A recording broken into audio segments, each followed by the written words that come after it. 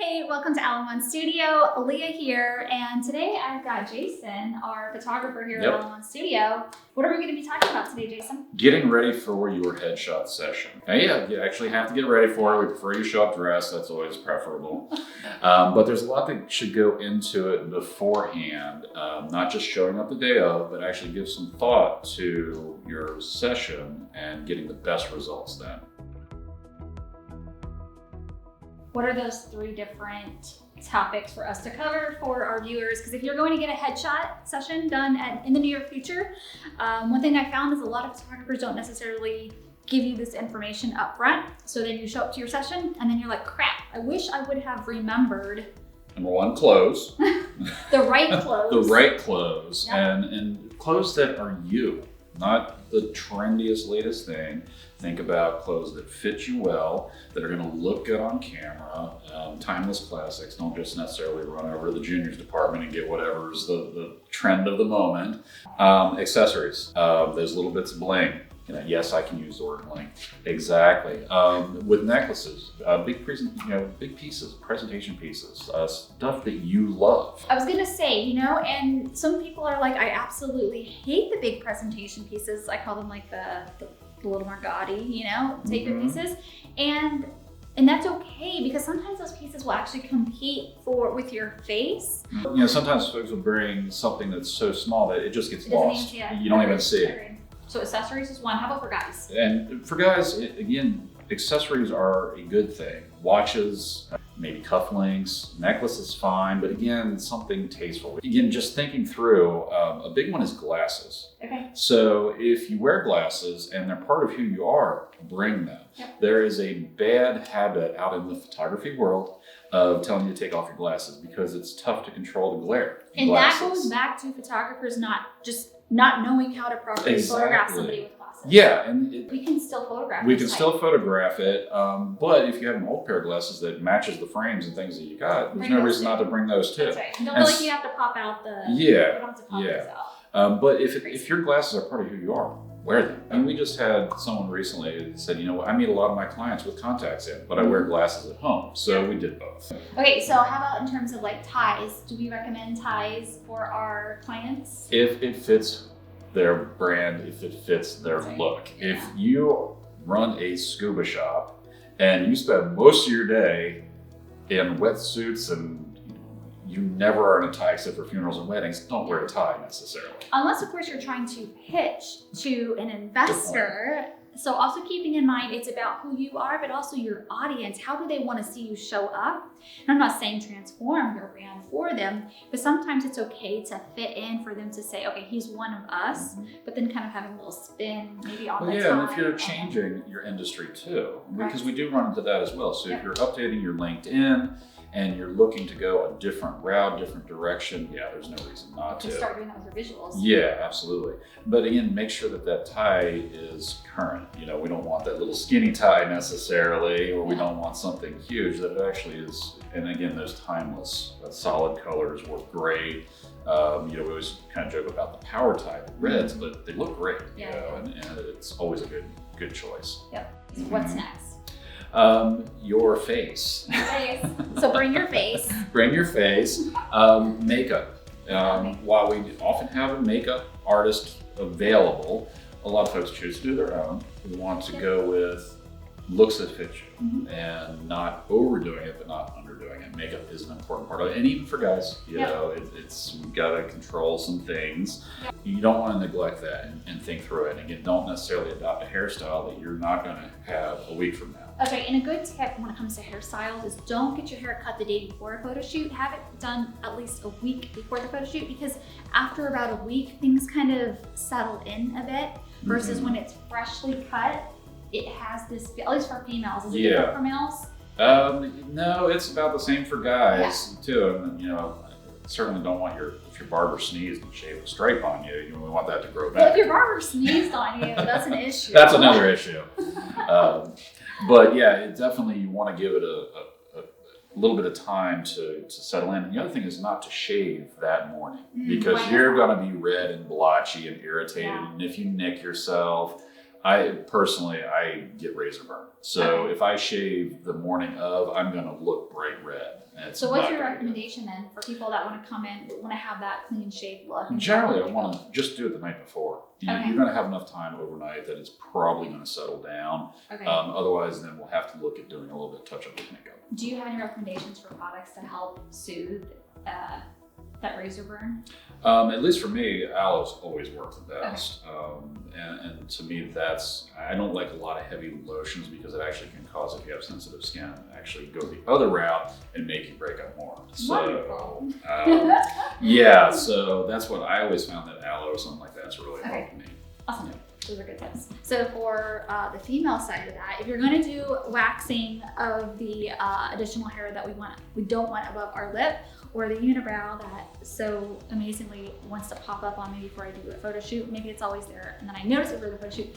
Same thing. Do not do it an hour before the photo shoot, because then you're going to come in with the red stripe. Yeah, no tweezing minutes before. Yeah. It's not necessarily a good thing. Exactly. Yep. Yeah, those are good tips. Okay, what else about our face? The other thing is to practice. Okay. And what we want to do, actually think about your expressions. Okay. And so practice ahead of time. All right, let's do some live demonstrations. Yes. Absolutely. All right, so how would I practice? So instead of giving me the grandma cheese smile, which is, we've all been told, smile cheese. Okay, so this is the grandma cheese smile. Exactly. Cheese. So one of the ways I tell people to practice is, okay, let's think about, you have kids? I do have kids. So tell me about your kids. Okay, my kids are my life. See that smile? Right there. About them. Yeah, exactly. Okay. There Right. it is. Touche. Right there.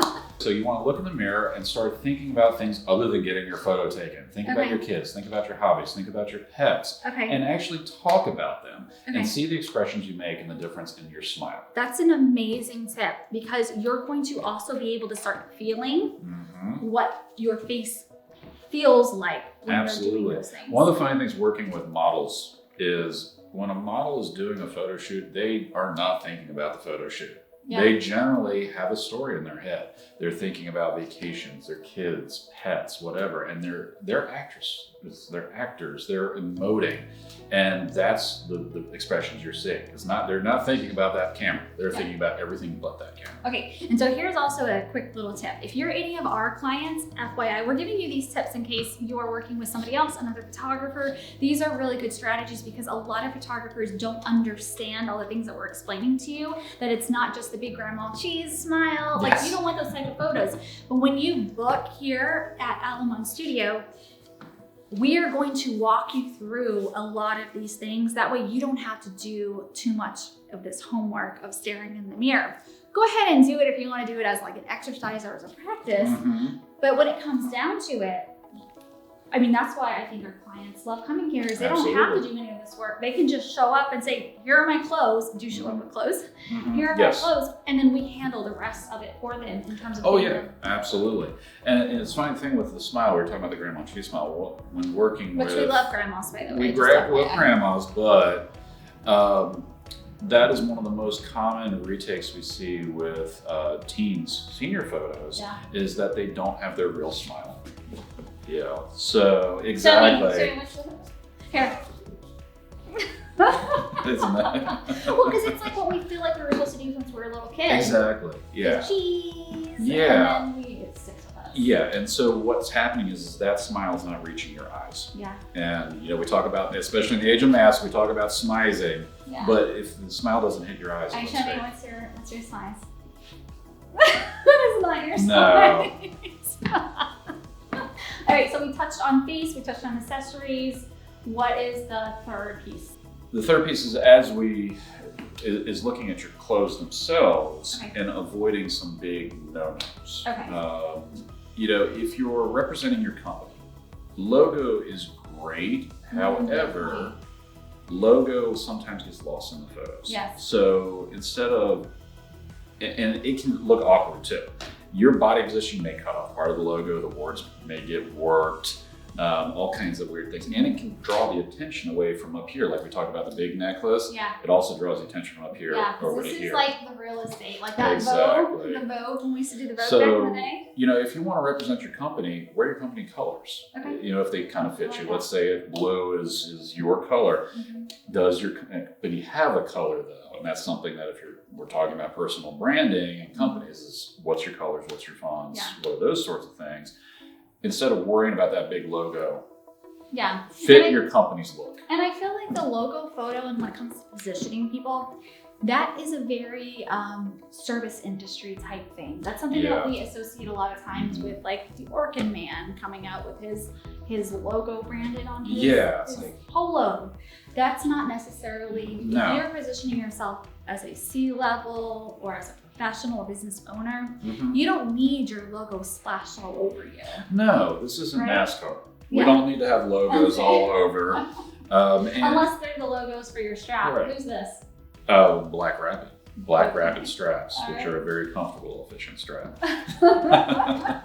What we're looking at now is emotional connection, emotional branding, and actually making a connection with people. And having a big logo splattered across you isn't making it says you're going to sell something to me. Exactly. It says you are a company, you've taken away that humanity piece that allows me to connect with you, and it feels like, okay, what is it going to sell me? Yes. Avoiding colors that don't complement you. You know, knowing your skin tone. Yeah. And that's a biggie for me too. If you don't look good in yellow, you know, just that's something to be careful of. Do I look good in yellow? You do. Right, I don't have yellow on. Yeah. No. Don't ignore your feet and pants either. That's another.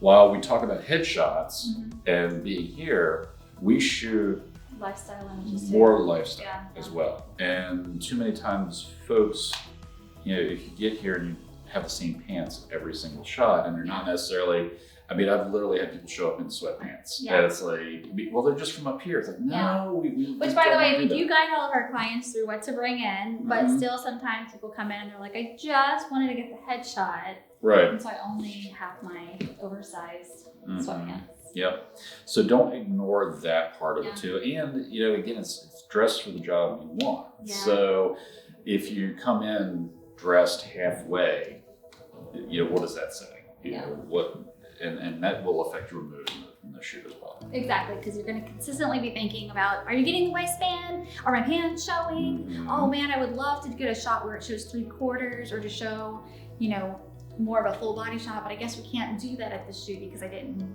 think through it in terms of wearing the right outfit and then shoes all the way down to the feet. Yeah, definitely include the shoes. And we're not taking you on a big hike. You can wear, you know, ladies, you can wear those heels. Guys, you can wear those dress shoes. Or at least bring them with you to like slip on. Exactly. So don't neglect that part of it because while they're not going to be a major part of your shot, the focus is here, but they certainly are going to show all of you and your personality. I mean, your shoes reflect who you are. I mean, a lot of times I'm in hiking boots, so that's just me. But you're going to have a disconnect, and we're not going to be able to give you all of the images that fit. That you're going to want. Yeah, and then also something else. If you're going to be wearing like open toed shoes, pay attention to your toenails as well. So we've hit appearance, making sure we've got our makeup, our hair, our everything on point. We've talked about our clothes, and we've talked about our expressions. Correct, and our accessories as well. Absolutely. Yep. Anything else you want to add?